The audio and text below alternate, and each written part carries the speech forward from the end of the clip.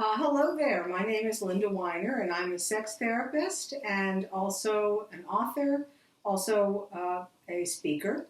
And I'm going to talk today about Sensate Focus and how helpful it can be in reviving a sexual relationship that has gone south. So I've seen hundreds of couples over the last 30 years, and so many of them tell me the same story, that they started out with a great sexual relationship and they couldn't keep their hands off each other.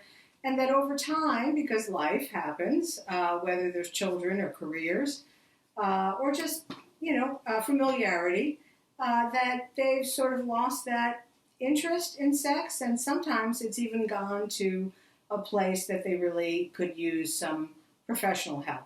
And the most common thing I see in which people had started having a good sexual relationship and then things went south is when one has a higher sex drive than another, which is not at all unusual. We all have a different natural need for sleep, and we might have a different need for food and what kinds of food we like. But what happens with couples where they have a different level of sexual interest is the one with the lower sex drive often has sex a lot more often in order to show the person that they're with, their lover, that they care for them. And so they have sex when they're not really that interested in it. And over time, what happens is the one with the higher sex drive stays high, but the one with a lower sex drive begins to diminish in sexual interest until they're often saying no to their partner, and both people's feelings are hurt and they feel misunderstood. So I'm going to talk today about that, in particular, that common phenomena of the one with a higher drive and the one with a lower drive, and the phenomena of this and how to get back to a better place. So let's talk about that simple way to reverse this problem using Sensate Focus touch techniques, which is a mindfulness practice invented by Masters and Johnson. And what it is simply a hierarchy of touching experiences in which there is no pressure because the touch and the receiving and giving of touch is to be experienced for yourself, and you don't have to do anything with it. As a matter of fact, it's suggested that even if you got aroused, you didn't do anything with that arousal. So the simple idea is to reduce the pressure to want to be sexual, but just being available to be touched and to experience touch. And the second thing Sensate Focus touching does is it begins to give you a little bit of bubbling sexual interest. Because when you're touched, and you do touch without having to do anything with it, you are building up you are building up a sexual charge. So let me describe how you do Sensate Focus. So the idea is that this is touching using only your hands and fingers in a mindful, silent, and non-evaluative way, focusing only on tactile experience without trying to turn yourself on or your partner on. And that's very different than the way we are taught to approach one another's bodies, which is more in the way of massaging, which is really for the other person. So this is opposite of that. You begin with breasts and genitals off, and you schedule 2 to 3 10 to 15 minute experiences, and that's 10 to 15 minutes each. So each person would touch the other person in a your turn, my turn kind of way for 10 to 15 minutes, and they would touch using their hands and fingers, as I mentioned, focusing on their own sensations. 3 aspects of sensation. What does their partner's body feel like in terms of temperature? What does their partner's body feel like in terms of texture?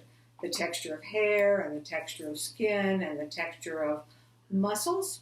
So you're focusing on texture all over the body, hair and skin. And the third aspect, temperature, texture, the third aspect you're focusing on is pressure. What does it feel like when a firmer touch versus a lighter touch is used? We don't have a lot of words for that, but it's about being in the experience rather than having a word to describe it. So you touch each person 10 to 15 minutes in a your turn, my turn kind of way, 2 to 3 times a week. And afterwards, you lie together and just appreciate the moment, and then don't analyze how it went or whatever. The good news is you did it, and you're practicing the strategy that's going to help you get back to a place of feeling aroused and turned on again. The second week, you begin the same way. You schedule 2 to 3 times during the week when you're going to do this touching, and you start out with no breasts and genitals. And then after you sort of get in the groove a little bit, you get centered, you're able to focus on your experience of the touch and what it feels like when you're touching and when you're being touched, because I might not have mentioned it, but the person who's being touched is also focused on their experience of their partner's touch as far as what they're experiencing in their body. In that second week, you get grounded with a little breasts and genitals off limits touching, and then you move on to include the breasts and genitals as any other part of the body. This is different than the usual approach where breasts and genitals are on limits, so people camp out there trying to make something happen for their partner. So this is the opposite of that. You're touching breasts and genitals as any other part of the body. You're focused on where does it feel warmer, where does it feel softer. Not evaluating good or bad, but just descriptively. That's the same focus. So you move from breasts and genitals on limits without camping out.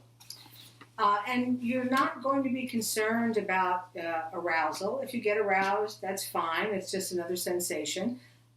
Just notice it, let it come and let it go. Don't act on it. And if you were orgasmic with genital touching, it would be as a byproduct of what you're doing, not because you're seeking to create that situation. But since sex is a natural function, the second or third time you do Sensate Focus that includes breasts and genitals, you might find that you're aroused and you might have an orgasm, but not an intentional thing, as I said. So the other thing that's really important is your mind will go elsewhere. Your mind will go to some kind of distracting thought. Is my partner getting turned on? Am I liking this? Is this working for us? What did I leave in the oven? Any of these distracting thoughts, just notice them and bring your attention back to temperature, texture, and pressure. Again, it moves into something else, you move back to temperature, texture, pressure. What happens here is that this opens a door. If you're not having anxious thoughts and you're having neutral thoughts about sensation, it opens a door to your responsiveness. In the same way as when you're having trouble falling asleep, instead of worrying about tomorrow, which is an anxiety-provoking thought, they tell you to count sheep. You count sheep, I thought, to bore you to sleep. But no, while you're counting sheep, you can't be worried about what if I don't get to sleep early enough and I'm going to have a hard day tomorrow. So when you count sheep, that's the equivalent of focusing on temperature, texture, and pressure. Your mind is busy, but not with anxiety-producing thoughts. Just with thoughts that allow that transition into arousal to occur.